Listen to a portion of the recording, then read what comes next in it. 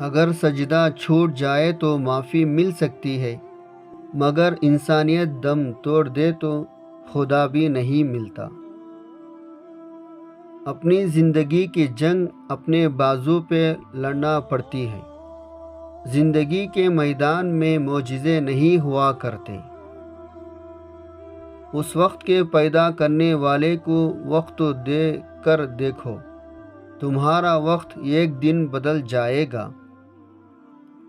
اگر تربیت اچھی نہ ہو تو انسان کا ضمیر بھی کردار کی حفاظت نہیں کرتا۔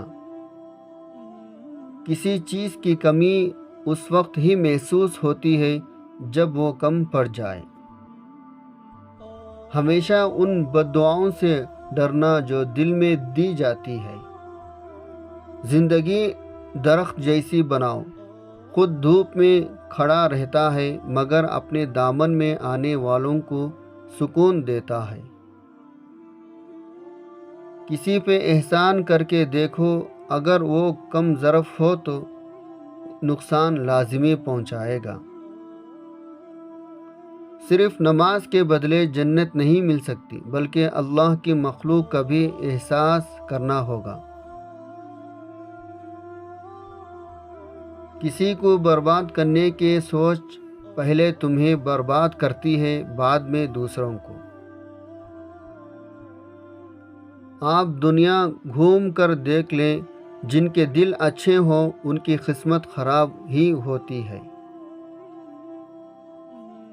جو اپنے رشتوں کے ساتھ مخلص ہوتا ہے وہ ساری زندگی عزت کماتا ہے۔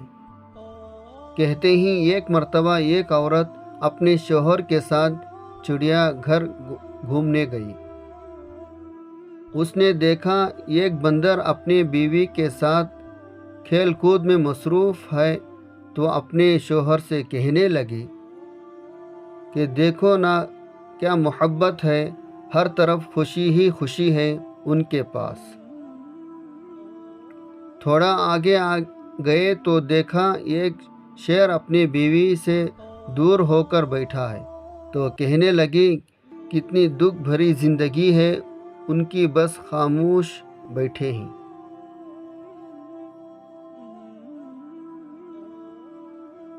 تو شوہر نے پاس پڑے ایک بوتل اٹھا کر شیرنی کی طرف پھینکی تو شیر بھاگتا ہوا آیا، اپنی بیوی کی حفاظت کے لیے سامنے کھڑا ڈھاڑنے لگا۔ پھر شوہر نے ایک اور بوتل بندروں کی طرف پھینکی تو وہ اپنی بیوی کو چھوڑ کر بھاگ گیا۔ بیوی دیکھ کر حیران ہوئی، اپنے شوہر سے کہا میں کچھ سمجھ نہ پائی، تم کیا کہہ رہے ہو؟ تو وہ کہنے لگا ظاہر کی چیزیں مت دیکھا کرو، جو ہمیں نظر آتا ہے وہ اکثر سچ نہیں ہو سکتا، کیونکہ کچھ لوگ اپنی چھوٹی محبت سے دوسروں کو دھوکہ دے سکتے ہیں۔ یہ بات ہمیشہ یاد رکھو، جو تنہا ہوتا ہے وہ کبھی خواہشات سے خالی نہیں ہوتا، اور جو عورت پردہ کرتی ہے وہ کبھی فیشن سے بے خبر نہیں ہوتی۔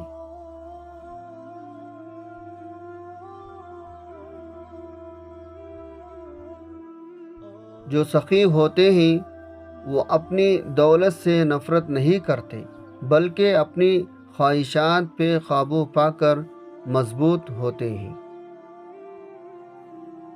اور اس بارے میں اللہ پاک کا بھی ارشاد ہے، جو اللہ سے ڈرتا رہا، اپنی خواہشات روکتا رہا، وہ جنت کا حقدار بن گیا۔ آپ کا لوگوں کے ساتھ حسن سلوک یہ نہیں بتاتا آپ کو ان کی ضرورت ہے، بلکہ وہ آپ کے دین اور تربیت کی عکاسی کرتا ہے۔ اپنے اخلاق کے مالک بنو اور اپنی خیانت کے امیر بنو۔ لوگوں کی پرواہ مت کرو، وہ آپ کی غیر موجودگی میں برائیاں کرتے ہیں، وہ کریں گے کیونکہ ان کی وہی اوقات ہوتی ہے۔ خود کو کامیاب بنانا بہت مشکل ہوتا ہے، کیونکہ ہر کامیابی کے پیچھے انسان کی عمر ہوتی ہے، اور ساتھ والدین کی دعائیں۔ اگر کوئی اپنے والدین کی دعائیں بھی نہ لے سکے تو وہ بد نصیب کے ساتھ ساتھ بدقسمت انسان کہلاتا ہے۔ اس لیے پہلے اپنے والدین کی خدمت کرو، ان کی دعائیں لو، ان کا سہارا بنو۔ باہر تمہیں کسی سہارے کی ضرورت نہیں پڑے گی۔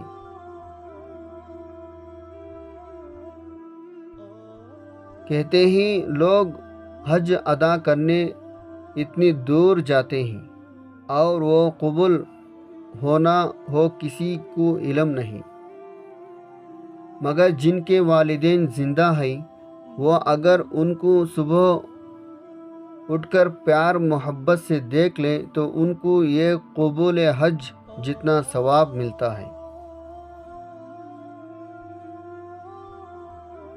اگر آپ خود کو اور اپنے بچوں کو کامیاب ہوتا دیکھنا چاہتے ہیں تو ہمیشہ یہی کوشش کریں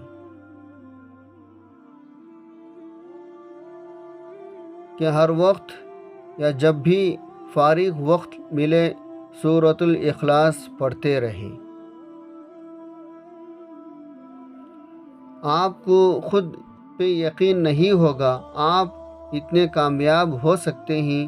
اللہ پاک آپ کی اور بچوں کی زندگی میں